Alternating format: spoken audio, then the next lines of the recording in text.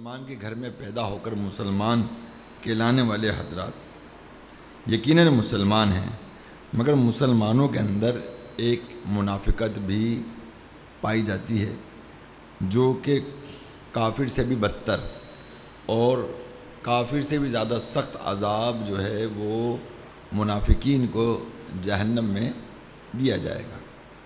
اللہ تبارک و تعالیٰ اس منافقت سے ہمیں بچائے، کیونکہ بظاہر ہم دیکھیں نا، ہم کہیں بھی اگر کسی کے ساتھ کوئی معاملات ہمارے ہوتے ہیں تو ہم دوہرا انداز رکھتے ہیں، اندر ہم کچھ اور ہوتے ہیں، باہر ہمارا معاملہ کچھ اور ہوتا ہے۔ تو باہر معاملہ جو ہے بڑا شفاف، اور اندر سے ہم یہ ہے کہ اس کے بالکل برعکس ہوتے ہیں۔ تو اسی طرح یہی منافقت ہے، اور منافق پر فجر اور عشاء کی نماز بھاری، یہ بات یاد رکھیے گا۔ ایک علامت یہ بھی ہے منافق کی کہ جو منافق پہ جو ہے فجر کی نماز اور عشاء کی نماز جو ہے بڑی بھاری ہوتی ہے۔ وہ دیگر تو نماز آسانی سے پڑھ لے گا، مگر فجر اور عشاء پڑھنے میں وہ کوتاہی برتے گا۔ تو بہرحال اس کا اپنا ایک موضوع ہے منافقت کے حوالے سے، اور لوگ اکثر اس پہ بیان نہیں کر پاتے۔ اس پہ بیان ہونا چاہیے تاکہ لوگ پتہ لگے کہ ہم کس کیٹیگری کے اندر ہیں۔ کیا ہم اللہ تعالیٰ کی بارگاہ میں رہ کر مخلص ہیں، یا یہ کہ دنیا کی محبت میں، دنیا کی لالچ میں رہ کر ہم نے منافقت کا مظاہرہ کر رکھا ہے۔ تو ہم چاہتے ہیں کہ ہم ایسی نحوست سے بچ سکیں، تو ہمیں چاہیے کہ جن کا ہم کلمہ پڑھتے ہیں ان پہ باکثرت درود پاک پڑھیں، تو انشاءاللہ تبارک و تعالیٰ ہمارے قلب کی بھی اصلاح ہوگی، ہمارے کردار کی بھی اصلاح ہوگی، اور ہمارے اخلاق کی بھی اصلاح ہوگی۔ اتنی ساری باتیں ہیں صرف اس ایک درود پاک کی فضیلت میں۔ صلو علی الحبیب صلی اللہ تعالی علی محمد۔ میرے میٹھے محترم اسلام بھائیو، میں ایک شعر سے اپنا بیان کا سلسلہ شروع کروں گا، اور بیان میں نے کو بہت طویل نہیں کرنا، کیونکہ آج عاشوراء کا دن گزرا ہے، اور آج 11ویں شب بھی ہے، ماہانہ 11ویں بھی ہے، اور ظاہر ہے کہ امام علی مقام امام حسین رضی اللہ تعالیٰ عنہ کی یاد بھی ایسے ہی ہے جیسا کہ یہ واقعہ ابھی اور اسی وقت جو ہے گزرا ہے ہمارے نزدیک۔ یہ اس واقعے کی بڑی خاصیت ہے، یہ بات یاد ہے کہ اس واقعے کی بڑی خاصیت ہے کہ اس میں جو نا جب بھی محرم آتے تو یہ واقعہ بالکل تازہ ترین ہو جاتا ہے، اور اس کے پیچھے جو بہت سارے واقعات ہیں نا ان پر ہماری نظر جاتی بھی نہیں ہے۔ یہ اتنا دل خراش واقعہ، اور اس کو مقبولیت بھی دی گئی، اس کی وجہ بھی آج جمعۃ المبارک میں نے پیش کی گئی تھی۔ تو یہ سب اللہ کی جانب سے ہے۔ تو بہرحال انہی حوالوں سے ایک بات میں ایک شعر کہتا ہوں کہ میں ایک کتاب میں لکھ کر حساب بھول گیا، میں ایک کتاب میں لکھ کر حساب بھول گیا، اور جب حساب بھول گیا تو کیا ہوتا ہے، یہ بھی غور کیجئے گا۔ یعنی کتاب میں حساب لکھا تو کتاب ہی بھول گیا، اور کبھی ایسا وقت آیا کہ وہ حساب ہی بھول گیا، حساب ہی بھول گیا۔ اب اس شعر کو سمجھنے کی کوشش کیجئے گا۔ میں ایک کتاب میں لکھ کر حساب بھول گیا، حساب تو یاد ہے کتاب بھول گیا۔ حساب تو اب یاد ہے، اب کتاب بھول گیا۔ پہلے کتاب بھولا تھا، اور پہلے حساب بھولا تھا، جب حساب یاد آیا تو کتاب بھول گیا۔ تو یہی ہمارے اعمال کی کہ ہم اللہ سے وعدہ کر کے آئیں دنیا کے اندر، صحیح، مگر دنیا میں رہ کر جو ہے وہ ہم ایسے دنیا کے اندر غرق ہیں۔ کیسے غرق ہیں کہ میں لذتوں میں جہاں کی کچھ ایسا غرق ہوا، میں لذتوں میں جہاں کی کچھ ایسا غرق ہوا، گناہ کرتا گیا اور عذاب بھول گیا۔ تو بہرحال میرے میٹھے محترم اسلام بھائی، امام علی مقام امام حسین رضی اللہ تعالی عنہ کا بھی معاملہ کچھ ایسے ہی ہے کہ جن لوگوں نے جو بھی کچھ کرنا تھا وہ کر گزرے، مگر وہ عذاب کو بھول گئے تھے کہ جن کے ساتھ ہم نے یہ سارے معمولات کیے ہیں، جن کے ساتھ ہم نے یہ معمولات کیے ہیں، یہ اللہ تبارک و تعالیٰ کے محبوب علیہ الصلاۃ والسلام کی آل اور پھر ایسی آل کہ جنہوں نے اپنے نانا جان کی صحبت اٹھائی، محبت اٹھائی، پیار اٹھایا اور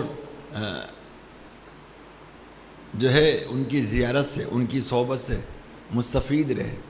اب ظاہر ہے کہ جو سید زادے ہیں، سید زادے ہی ہیں، ٹھیک ہے، ظاہر ہے کہ انہوں نے دیدار کیا تو صحابی بھی بنے، اور پھر اللہ کے نبی علیہ الصلاۃ والسلام جو ہیں وہ حضرت امام حسن رضی اللہ تعالیٰ عنہ سے محبت بھی فرمایا کرتے تھے۔ الحمدللہ ان کی محبت بھی خوب تھی۔ تو بہرحال میرے میٹھے محترم اسلامی، آئیے قرآن پاک کی ایک آیت ہے کہ اللہ تبارک و تعالیٰ ارشاد فرماتا ہے بل نقذف بالحق علی الباطل فیدمغه فاذا هو زاهق ولکم الویل مما تصفون۔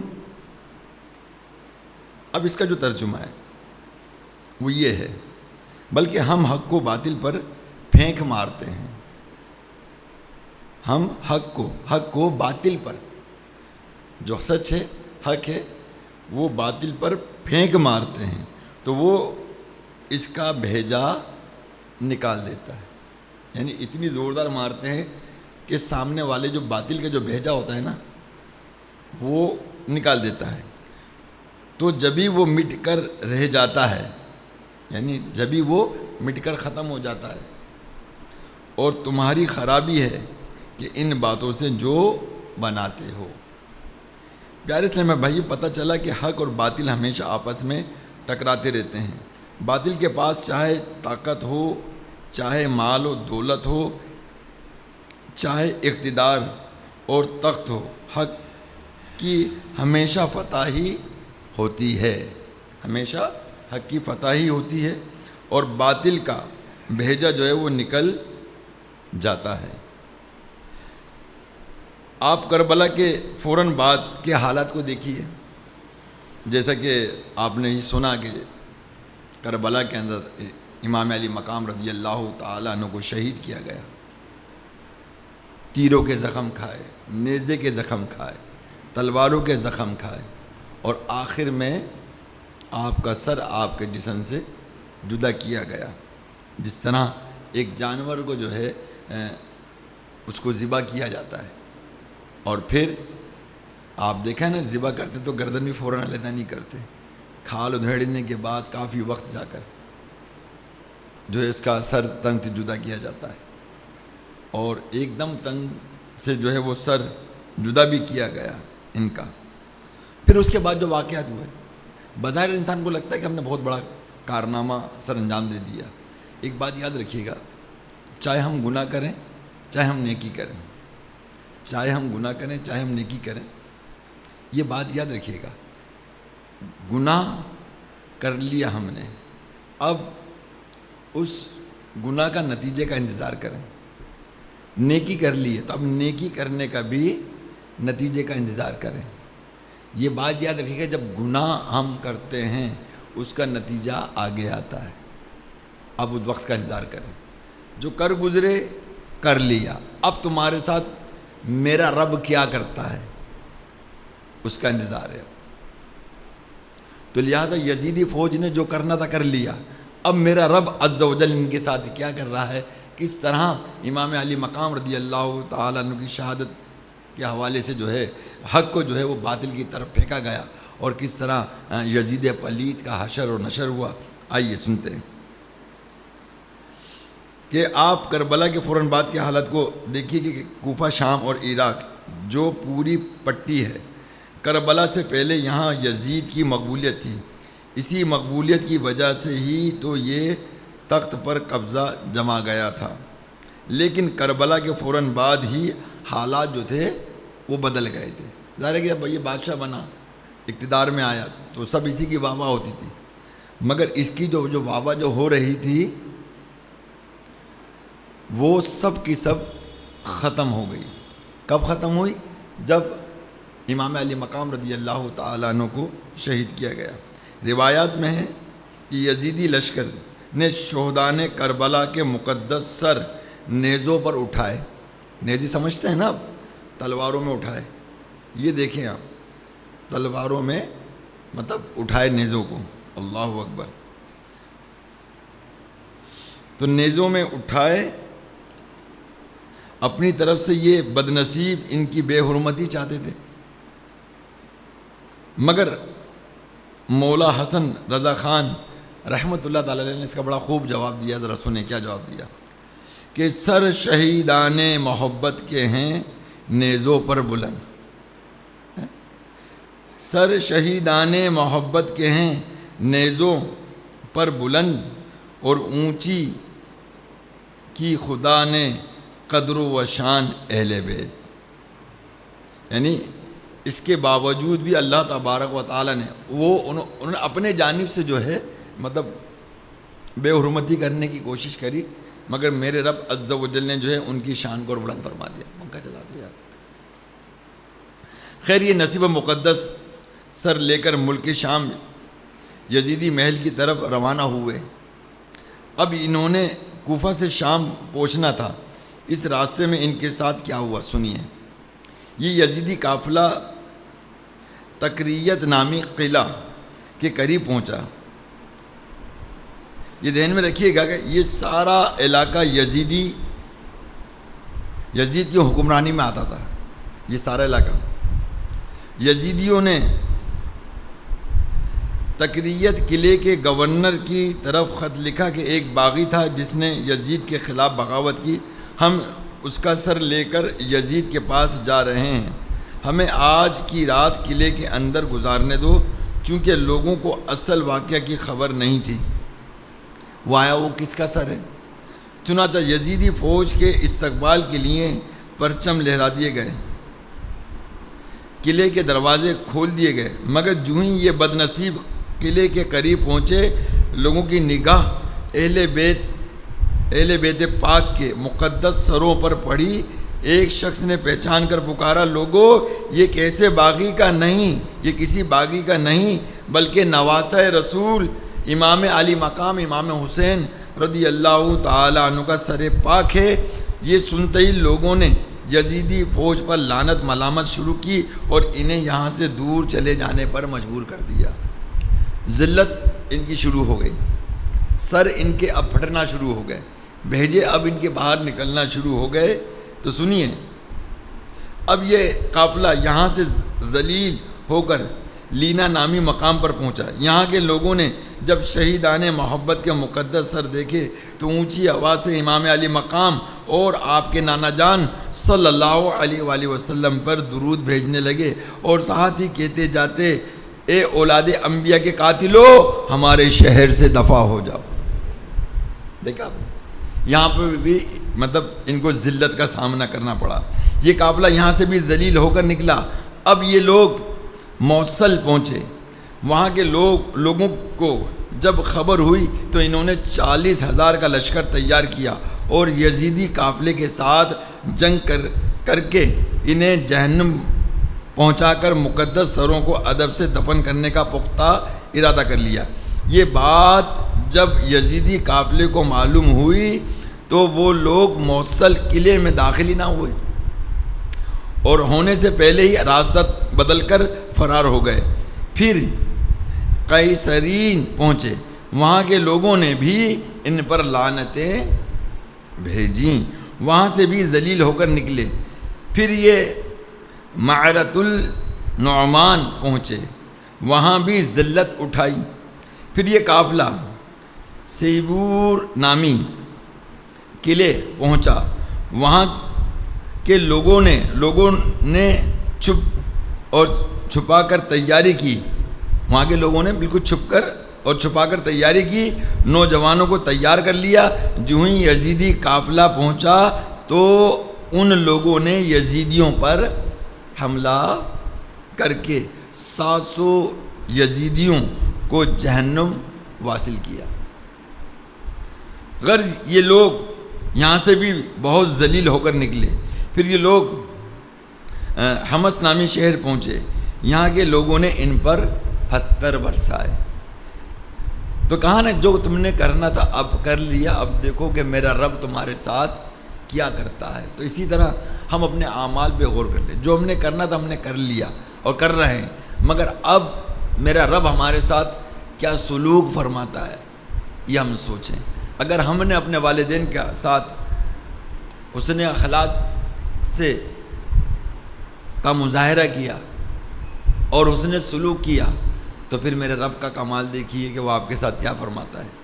اگر یہی سارے معاملات اس کے برعکس کیے کہ ان کا کہنا نہیں سنا ہے نا، اور ان کو تنگ کیا، ان کی عزت سے کھیلے، پرواہ نہیں کی، اپنی ضد پہ رہے اور ماں باپ کو تنگ اور پریشان کیا، اور مطلب یہ ہے کہ ان کے دلوں کو تکلیف پہنچائی، تو جو تم نے کرنا تھا بیٹے ہو کر اب تم انتظار کرو کہ میرا رب اب ایسے نافرمانوں کے ساتھ کیا کرتا ہے۔ پتہ ہے حدیث پاک ہے، یہ میں آپ کو بتا دوں، ایک حدیث پاک کے اندر ہے کہ مجھے وہ گھر ملے جہاں پر ماں باپ کی نافرمانی کی جاتی ہے، میں ان گھروں کو آگ لگا دوں۔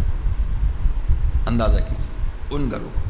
تو آج بچے جو نا وہ ماں باپ کے نافرمان ہوتے ہیں، اور جبکہ یہ ماں باپ جو ہوتے ہیں بچے کی خواہش سے پہلے اس کی خواہشات کو پورا کرتے ہیں۔ تو بہرحال اس بات کو جان لیجئے کہ جو کرنا تھا کر لیا، اب میرا رب کیا کرتا ہے دیکھیے، آئیے میرا رب کیا کیا کر رہا ہے یہ بھی دیکھیے، سنتے جائیے۔ یہ لوگ جگہ جگہ ذلیل و خوار ہوتے اور لوگوں کے طعنے سنتے اور پتھر کھاتے ہوئے بعلبک نامی شہر پہنچے۔ یہاں کے لوگوں نے انہیں رہنے کے لیے جگہ دی۔ یہاں ان بد نصیبوں کو چین سے رات گزارنا تو نصیب ہو گیا، مگر یہاں ایک عجیب واقعہ پیش آیا۔ جب رات ہوئی تو یزیدیوں نے سر حسین رضی اللہ تعالی عنہ ایک جگہ پر رکھا اور اپنے معمولات میں مصروف ہو گئے۔ جب رات خوب چھا گئی، یہاں ایک نصرانی راہب عیسائیوں کا مذہبی پیش ہوا تھا۔ اس نے دیکھا کہ کہیں سے انوار پھوٹ رہے ہیں اور کسی کی تسبیح پڑھنے کی ہلکی ہلکی سی آواز آ رہی ہے۔ جب اس نے آگے بڑھ کر دیکھا تو سر حسین رضی اللہ تعالی عنہ سے نور کی شعائیں نکل کر آسمان تک جاری تھیں۔ اللہ اکبر۔ راہب یہ منظر دیکھ کر بڑا حیران ہوا، اور صبح ہوئی تو اس راہب کو معلوم ہوا کہ یہ نواسہ رسول امام حسین رضی اللہ تعالی عنہ کا سر مبارک ہے۔ تو اس نے یزیدی بدبختوں کو کچھ مال و دولت دے کر تھوڑی دیر کے لیے سر مبارک اپنے گھر لے گیا۔ اس نے سر پاک کو اپنے سامنے رکھا اور دیکھتا جاتا اور روتا جاتا تھا۔ آخر دیدار امام حسین رضی اللہ تعالیٰ عنہ کی برکت سے اس کا سینہ روشن ہوا، اور اس نے پکار کر کہا، اے امام علی مقام، افسوس کہ میں آپ کے قدموں پر اپنی جان قربان نہ کر پایا۔ اب بس اتنی سی درخواست ہے، آپ اپنے نانا جان کی خدمت میں مجھ گناہ گار کی سفارش کر دیجیے گا اور عرض کر دیجیے گا کہ میں اللہ پاک کے ایک ہونے اور محمد صلی اللہ علیہ وآلہ وسلم کے سچے نبی ہونے کی گواہی دیتا ہوں۔ اللہ اکبر، اللہ اکبر۔ کہ دیکھیے حق پھر حق ہے۔ حق اگر کی کوئی پرچار کرتا وہ دنیا میں زندہ ہے تو بھی اس کا حق کا پرچم لہرا رہا ہے، اگر وہ دنیا سے چلا جاتا ہے تو اس وقت بھی وہ پرچم حق لہرا رہا ہوتا ہے۔ آئیے ایسے مزید اور واقعات سنیں کہ دوسری طرف امام علی مقام رضی اللہ تعالیٰ عنہ کی مقبولیت دیکھیے کیسی بڑی روایت ہے کہ جالوت نام کا ایک غیر مسلم شخص تھا جو ملک شام میں رہتا تھا۔ یہ یزید کے پاس پہنچا، دیکھا کہ یزید کے سامنے ایک سر رکھا ہوا ہے۔ پوچھا کہ یہ کس کا سر ہے؟ یزید نے بتایا یہ حسین ابن علی رضی اللہ تعالی عنہ ہیں۔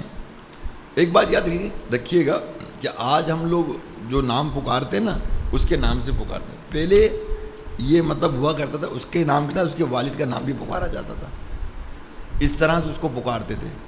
آج وہ دور نہیں رہا، بھئی آپ کا نام کیا ہے؟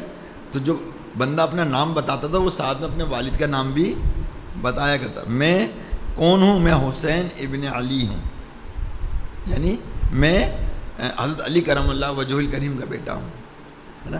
اب میں یہ کہوں، کیا کہوں کہ میں نہال الدین العطاری الشاذلی بن جمال الدین ہوں. تو اس طرح سے نام پہلے پکارے جاتے تھے، اس طرح سے ان کی پہچان ان کے والد کے ساتھ. اور آج بھی سعودی عرب کے اندر آپ دیکھیں، آپ کا ویزا لگے گا نا تو اس میں دیکھیے گا کہ وہ آپ کے والد کے نام سے بھی آپ کا نام دیا ہوا ہوتا ہے، اور اسی حساب سے جو ہے وہ نام جو ہے ان کی ڈاکومنٹس میں جو ہے وہ تحریر ہوتا ہے. تو بہرحال جالوت نے جب یہ سنا تو غصے سے وہ تل ملا گیا، جبکہ وہ کافر تھا. بولا کہ اے یزید، میں حضرت داؤد علیہ السلام کی اولاد میں سے ہوں، اور میرے اور داؤد علیہ السلام کے درمیان 103 نسلوں کا فاصلہ ہے. اس کے باوجود اہل کتاب میری تعظیم کرتے ہیں. کیا کہا؟ اہل کتاب میری تعظیم کرتے ہیں، میرے پیروں کی مٹی اٹھا کر بطور تبرک استعمال کرتے ہیں. تم بدبخت ہو، تم نے نواسہ رسول ہی کو شہید کر ڈالا. اب یزید بدبخت بے باکی دیکھیے کہ کہنے لگا کہ تم اہل کتاب ہو اور جزیہ دے کر ہمارے ملک میں رہتے ہو. رسول اللہ صلی اللہ علیہ وسلم کی حدیث ہے کہ جو جزیہ دے کر رہنے والوں کو قتل کرے گا، روز قیامت میں اس کے مد مقابل ہوں گا. یزید بدبخت یہ حدیث سنا کر بولا کہ اگر یہ حدیث نہ ہوتی تو اے جالوت میں تمہیں قتل کر ڈالتا. جالوت نے گرج کر کہا کہ اے بدبخت، وہ محبوب صلی اللہ علیہ وسلم ایک غیر مسلم کے تو دعوے دار ہوں گے، کیا اپنے نواسے کا بدلہ تم سے نہ لیں گے؟ اے بد نصیب، گواہ ہو جا کہ میں ابھی سے مسلمان ہوتا ہوں. یہ کہہ کر حضرت جالوت رحمت اللہ تعالی علیہ نے کلمہ پڑھا اور دائرہ اسلام میں داخل ہو گئے. جو ہی یہ مسلمان ہوئے، یزید بد نصیب نے ان کی گردن اڑا دی، یعنی ان کو شہید کر دیا. اسی طرح کا ایک اور واقعہ، ابھی یہ واقعہ ہوا ہی تھا کہ تھوڑی ہی دیر بعد جاسلیق نامی ایک غیر مسلم یہاں پہنچا. اس نے بھی پوچھا کہ اے یزید، یہ کس کا سر ہے؟ کہا کہ حسین ابن علی رضی اللہ تعالی عنہما کا ہے. وہ کہنے لگا کہ میں ابھی کچھ دیر پہلے سویا ہوا تھا، میں نے خواب میں دیکھا کہ ایک خوفناک آواز گونجی. میں نے سر اٹھا کر دیکھا تو ایک سورج کی طرح روشن چہرے والے بزرگ ہیں، ان کے ساتھ کئی سارے لوگ ہیں. جب سب آسمان سے اتر رہے تھے، میں نے خواب میں کسی سے پوچھا یہ کون ہیں؟ جواب ملا کہ یہ رسول اللہ صلی اللہ علیہ وسلم اور فرشتے ہیں کہ جو امام حسین رضی اللہ تعالی عنہ کی تعزیت کے لیے تشریف لا رہے ہیں. یہ خواب سنا کر جاسلیق بولا کہ اے بدبخت، اس سر پاک کو جلدی سے یہاں سے ہٹا دے ورنہ تو ہلاک ہو جائے گا. یزید کا تو دل پتھر سے بھی سخت تھا. کہنے لگا کیا جھوٹے خواب سنائے جا رہے ہو؟ اے سپاہیوں، اسے گرفتار کر لو. سپاہی نے فوراً جاسلیق کو گرفتار کر لیا اور مارنے پیٹنے لگے. اس وقت حضرت جاسلیق رحمت اللہ تعالی علیہ نے سر حسین رضی اللہ تعالی عنہ کی طرف رخ کر کے پکار کر کہا اے امام علی مقام رضی اللہ تعالی عنہ، اپنے نانا جان کہ حضور گواہی دیجئے گا کہ میں اب سے مسلمان ہوتا ہوں. اشہد ان لا الہ الا اللہ و اشہد ان محمدن عبدہ و رسولہ. جب یزید نے یہ سنا اور بھی بھڑک اٹھا، بولا اسے سولی پہ لٹکا دو. حضرت جاسلیق رحمت اللہ تعالی علیہ نے فرمایا اے بدبخت، یہ دیکھ کہ پیارے محبوب علیہ الصلوۃ والسلام مجھے جاگتی آنکھوں سے دیدار عطا فرما رہے ہیں. آپ صلی اللہ علیہ وآلہ وسلم کے ہاتھ مبارک میں نور کی قمیض اور ایک نورانی تاج ہے. آپ فرما رہے ہیں کہ اے جاسلیق، یہ قمیض اور تاج تمہارے لیے ہیں، بس تیرے دنیا سے رخصت ہونے کی دیر ہے، اس کے بعد تم ہمارے ساتھ رہو گے۔ اللہ اکبر، اللہ اکبر۔ فید مغوہ فاذا ہوا ضاحک، تو وہ اس کا بھیجا نکال دیتا ہے تو جبھی وہ مٹ کر رہ جاتا ہے۔ تو دیکھا پیارے میٹھے محترم اسلامی بھائیوں کہ یزید اور یزید پلید کے پیروکار اور امام علی مقام امام حسین رضی اللہ تعالی عنہ کو شہید کرنے والے لوگ اپنی ذلت اور رسوائی جو ہے وہ اپنی آنکھوں سے بھی دیکھتے رہے، اور لوگوں نے انہیں ہراساں کیا، اور رہتی دنیا تک ان پر لعنت برستی رہے گی، رہتی دنیا تک لوگ انہیں اچھے الفاظوں سے یاد نہیں کریں گے۔ برعکس امام علی مقام امام حسین رضی اللہ تعالی عنہ کو دیکھیے کہ آج کتنے لوگ محبت سے، پیار سے اور ادب کے ساتھ آج بھی، اور اس دور کے اندر بھی لوگ تھے، تبھی تو ان سب لوگوں نے جو ہے یزیدی فوج کو جو ہے ملامت کی تھی اور ان کو ذلیل کیا گیا تھا۔ تو لہذا میرے میٹھے محترم اسلامی بھائیوں کہ یہ حق اور باطل کی جنگ تھی، اور اس جنگ کو سمجھنے کی بھی کوشش کیجیے۔ یہ تھوڑے سے مختصر کے وقت میں ساری باتیں سمجھ میں نہیں آتی، کیونکہ اقتدار سنبھالنا جو ہے نا، یہ کوئی شرابی، زانی اور جھوٹ بولنے والوں اور مطلب دغا کرنے والوں اور قتل و غارت گیری کرنے والوں کا ہرگز منصب نہیں ہے، یہ بات یاد رکھیے گا۔ ہاں، یہ صرف اور صرف نیکوکار والوں کا ہی منصب ہے، تقوی پرہیزگاری اختیار کرنے والوں کا ہی منصب ہے، اور خوف خدا رکھنے والوں کا ہی یہ منصب ہے، اور یہ قیامت کی نشانیوں میں سے ایک نشانی ہے، یہ بات یاد رکھیے۔ قیامت کی نشانیوں میں سے یہ ایک نشانی ہے کہ اقتدار جو ہوگا وہ زانیوں، شرابیوں اور مطلب یہ کہ ایسے برے لوگوں کے ہاتھوں میں ہوگا۔ تو آج ہم اسی آخری وقت میں جو ہے وقت گزار رہے ہیں، اور ان نشانیوں میں وقت گزار رہے ہیں کہ جس میں قیامت کی نشانیاں اگر میں کہوں کہ 80% ظاہر ہو گئی ہیں، 100% تو میں نہیں کہہ سکتا، اگر 100% ہوں گی تو ایک بات یہ بھی سامنے ہے کہ قرآن پاک کے الفاظ مٹ چکے ہوں گے، اور حفاظ بھی نہیں ہوں گے، اور قرآن پاک کے الفاظ بھی مٹ چکے ہوں گے۔ تو یہ بھی مطلب، اور پھر علم اٹھا لیا جائے گا، قرآن اٹھا لیا جائے گا، ہے نا، علم اٹھا لیا جائے گا۔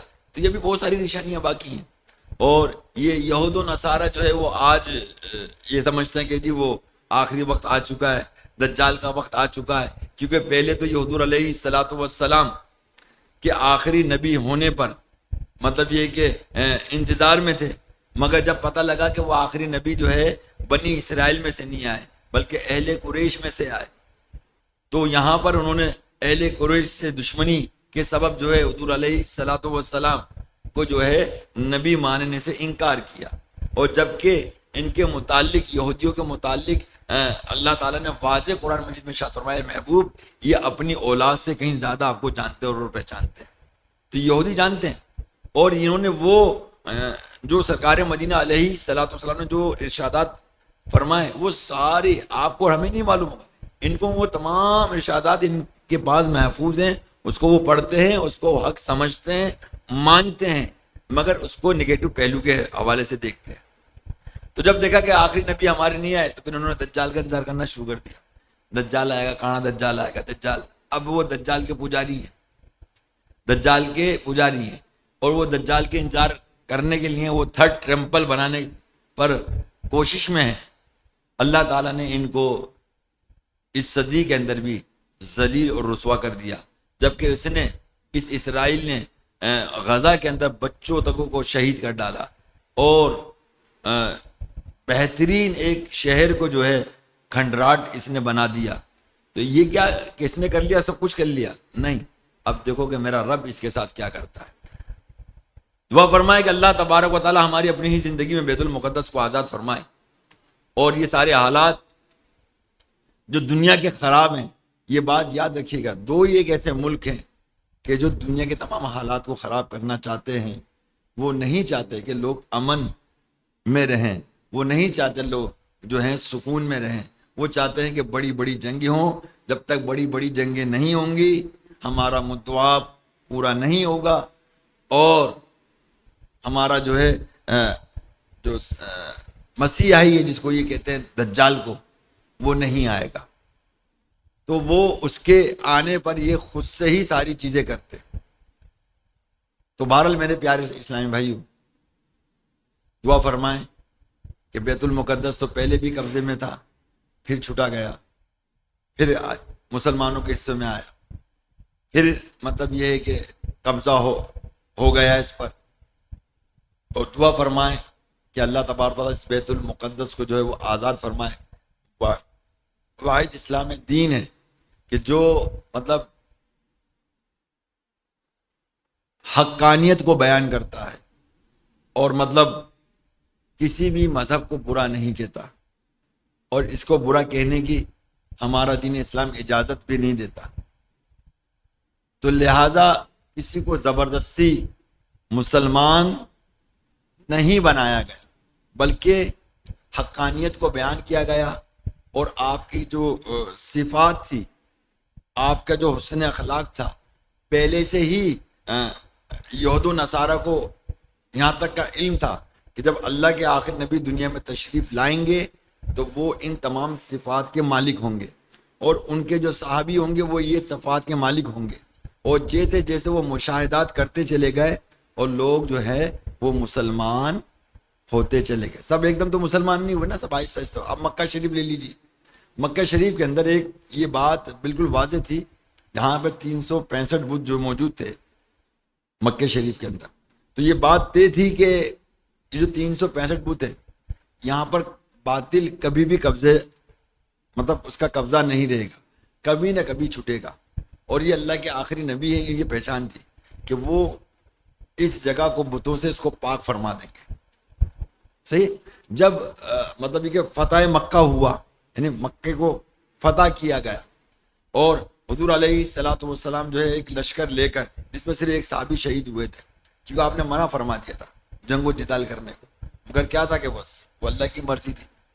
تو جیسے وہ قافلہ مطلب مکے میں پہنچا، اور مکے میں پہنچنے کے بعد پھر کیا ہوا، جو کفار تھے نا وہ تھر تھر کانپ رہے تھے، ہم نے بڑی انہیں اذیتیں پہنچائی، ہم نے انہیں بڑی تکالیفیں پہنچائی، ہم نے انہیں بڑا دکھ پہنچایا، اب نہ جانے اللہ کے جو نبی ہیں یعنی محمد صلی اللہ علیہ وسلم وہ ہمارے ساتھ کیا سلوک کریں گے، کیا سلوک کریں گے۔ تو بہرحال میرے میٹھے محترم اسلام بھائیو، وہ تھر تھر کانپ رہے تھے، وہ تھر تھر کانپ رہے تھے، مگر کیا تھا، جب اللہ کے نبی نے عام معافی کا اعلان کیا تو جتنے بھی موجودہ کفار جو مکے میں تھے وہ سب کے سب جو ہے کلمہ پڑھ کر مسلمان ہو گئے۔ یہ ہے حقانیت، یہ کیا ہے، یہ حق، اور جو حق سے بھاگتا رہا، جو حق سے بھاگتا رہا، جس کا نام اور جس کا والد کا نام ابو جہل، بیٹا کا نام حضرت اکرمہ رضی اللہ تعالیٰ جو صحابی رسول ہوئے، اور اللہ تبارک و تعالیٰ کے پیارے نبی آخری نبی صلی اللہ علیہ وسلم پر جو ہے ایمان لے کر آئے۔ کیا لے کر آئے؟ ایمان لے کر آئے۔ تو الحمدللہ انہوں نے دین اسلام کو قبول کیا، وہ اللہ کے نبی سے دور بھاگ رہے تھے کہ قرآن کی ایک آیت نے ان کی دل کی کایا پلٹ دی، اور علل اعلان کر دیا گیا جب ابو جہل زندہ تھا، ابو جہل زندہ تھا کہ دیکھو حضرت اکرمہ جو ہے ایمان قبول کرنے آ رہے ہیں۔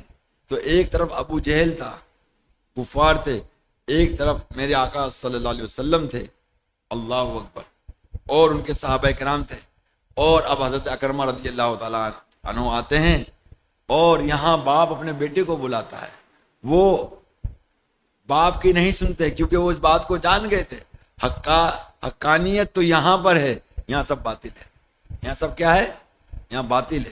تو یہی تو اللہ نے فرمایا کہ حق جو ہے وہ باطل پر پھینک مارا جاتا ہے، جس سے باطل کا جو بھیجا ہے وہ باہر نکل جاتا ہے. تو یہی صورتحال ہے اب. اور یہی صورتحال اب دیکھیں کہ جو بھی کچھ ہندوستان میں مسلمانوں کے ساتھ ظلم ہو رہا ہے. آپ کو کیا پتا, بہت ظلم ہو رہا ہے, بہت ظلم ہو رہا ہے. ہمیں نہیں پتا لگتا. میرے پاس اکثر ویڈیو آتی ہے, مساجدیں شہید کی گئی ہیں ہندوستان کی, اور کی جا رہی ہیں. بڑے بڑے مینار نیچے گرائے جا رہے ہیں, اور کتنے مولویوں کو گرفتار کر کے, مسجد کے مدرسے کو گرفتار کر کر کے لوگ لے کے جا رہے ہیں وہاں کی گورنمنٹ. اب میں آپ کو کیا بتاؤں وہاں پہ کتنا ظلم و ستم ہے. مگر اسی قدر میرے پیارے اسلام بھائیوں کہ جہاں ظلم ہوتا ہے وہاں حقانیت ظاہر ہوتی ہے, حقانیت ظاہر ہوتی ہے. وہاں پر بھی جو ہندو ہو کر بھی لوگ جب اسٹڈی کرتے ہیں اور مسلمانوں کو دیکھتے ہیں, اسلام کو دیکھتے ہیں, تو کتنے ایسے خوش نصیب ہوتے ہیں کہ جو اسلام کی حقانیت کو جان لیتے ہیں اور برملا, اور کوئی ڈر کوئی خوف نہیں کہ وہ کلمہ شہادت پڑھتے ہیں اور مسلمان ہو جاتے ہیں. ایسے کئی واقعات ہیں ہندوستان میں, اور اب تک ہو رہے ہیں اور یہ ہوتے رہیں گے. جتنا دین کو دبایا جائے گا اتنا دین ابھر کے سامنے آئے گا, یہ بات یاد رکھیے گا. حق اتنا ہی جو ہے, اور ہمیشہ حق ہی کو اللہ تعالیٰ نے جو ہے مطلب یہ ہے کہ فتح عطا فرمائی, یہ بات یاد رکھیے گا.